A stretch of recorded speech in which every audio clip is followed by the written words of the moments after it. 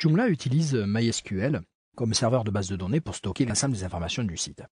Alors il existe deux manières, soit on va, au travers de Plesk, aller administrer la base de données en ligne, donc préparer la base de données dans laquelle Joomla va s'installer, mais on peut aussi l'installer en local. Donc c'est ce que nous allons faire. Dans un premier temps, nous allons créer une base de données en local. Alors pour ça, on va se rendre sur notre serveur localhost, vous vous rappelez, qui a été installé avec Xampp, et on va pouvoir appeler phpMyAdmin directement. phpMyAdmin, qui est un système de fichiers écrit en PHP qui nous permet d'administrer notre base de données.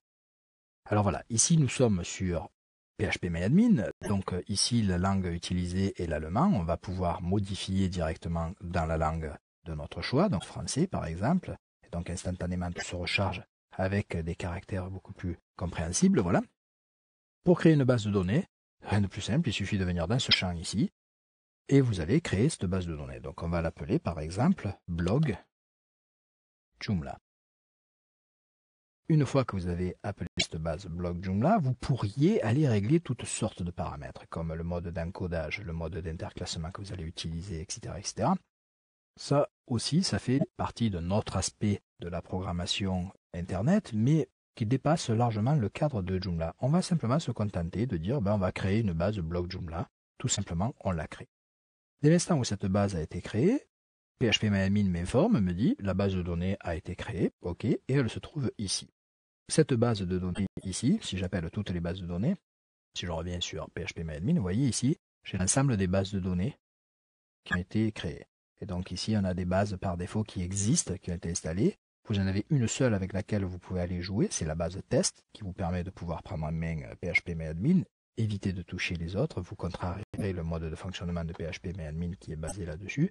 Et sinon ici, vous pouvez cliquer et appeler votre base blog Joomla. Voilà, cette base blog Joomla, ici, si vous l'appelez, ne contient aucune table. Comment fonctionne une base de données? Une base de données, c'est un peu comme une armoire dans laquelle on va avoir différents tiroirs, et dans chaque tiroir, on va avoir des classeurs. L'armoire s'appelle la base de données, chaque tiroir s'appelle des tables. Ici, vous pouvez venir créer une nouvelle table, et chaque table contient des classeurs qui sont interprétés par des champs. Mais on n'a pas besoin d'aller jusque là, notre travail dans phpMyAdmin s'arrête là. On pourra revenir ultérieurement, voir ce que Joomla a installé dans cette base. On a simplement créé une base qui s'appelle blog Joomla.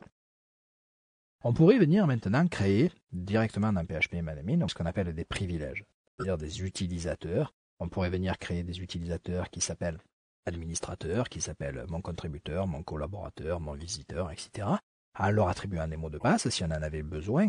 Mais encore une fois, ça va se passer uniquement en local et personne ne va venir autre que vous sur cette machine interpréter cette base. Donc on peut garder, vous regardez, ici sur le localhost, vous avez un utilisateur qui s'appelle root. On va utiliser cet utilisateur root en local qui utilise tous les privilèges. Il est certain que lorsqu'on va aller maintenant sur Plesk pour créer la même base de données, donc on va se connecter, le mot de passe, voilà, il suffit de lancer. Voilà, une fois que nous sommes sur notre interface, nous allons pouvoir aller dans notre accueil chercher le nom de domaine qui nous correspond. Voilà, on passe dans le domaine puces et médias, base de données, et nous allons simplement créer une nouvelle base de données. Donc cette base de données, nous allons l'appeler de la même manière, donc blog Joomla.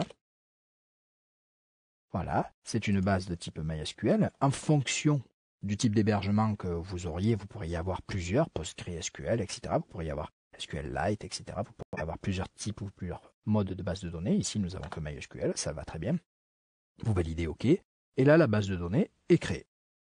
Cette base de données est créée, par contre, vous vous rappelez, autant dans phpMyAdmin, on n'avait pas réellement besoin de créer un privilège, un utilisateur. Ici, nous allons créer un nouvel utilisateur de cette base de données, et nous allons le nommer. Donc, on va le marquer, par exemple, Joomla admin. Vous l'appelez comme vous le souhaitez. Alors, pensez à noter sur un papier ce que je suis en train de faire en instantané, votre nom ainsi que le mot de passe. Le mot de passe, on pourrait dire que ça serait AZERTY. Et on confirme le mot de passe AZERTY et on valide OK. Donc on vient d'affecter un utilisateur privilégié pour pouvoir piloter cette base de données depuis l'extérieur. Donc on a bien notre base de données ici, qui s'appelle donc blog Joomla, la base de données, et qui est pilotée par Joomla Admin. Si vous appelez pdweb admin, ici, vous vous retrouvez directement dans phpMyAdmin comme on le ferait en local, à part que cette fois-ci, nous sommes en distant. C'est tout, nos bases de données ont été créées. C'est, on va dire, tout ce qu'on a besoin de savoir pour l'instant sur la gestion des bases de données MySQL et l'administration de ces bases, que le soit en local exclusivement à partir de PHPMyAdmin ou que le soit en distant au travers de l'interface Plesk. Si vous êtes sur un hébergeur qui ne vous laisse pas la possibilité de créer vos bases de données, généralement votre base de données va vous être fournie avec un nom par défaut, un mot de passe par défaut que vous devrez utiliser. Chez NetBenefit, par exemple, vous pourriez aussi avoir une interface un peu particulière pour pouvoir piloter votre base de données. Ça serait à vous d'installer PHPMyAdmin sur le serveur. Donc, il suffirait simplement de copier-coller l'ensemble des fichiers. Mais encore une fois, cela dépasse un peu le scope de ce tutoriel. Et puis, généralement, les hébergeurs vous accompagnent largement ou ont des tutoriaux en fonction de leur manière de travailler pour pouvoir déposer PHPMyAdmin ou les bases de données sur leur serveur. Voilà, donc dans l'étape suivante, nous allons regarder la gestion FTP, le transfert des fichiers justement vers le serveur.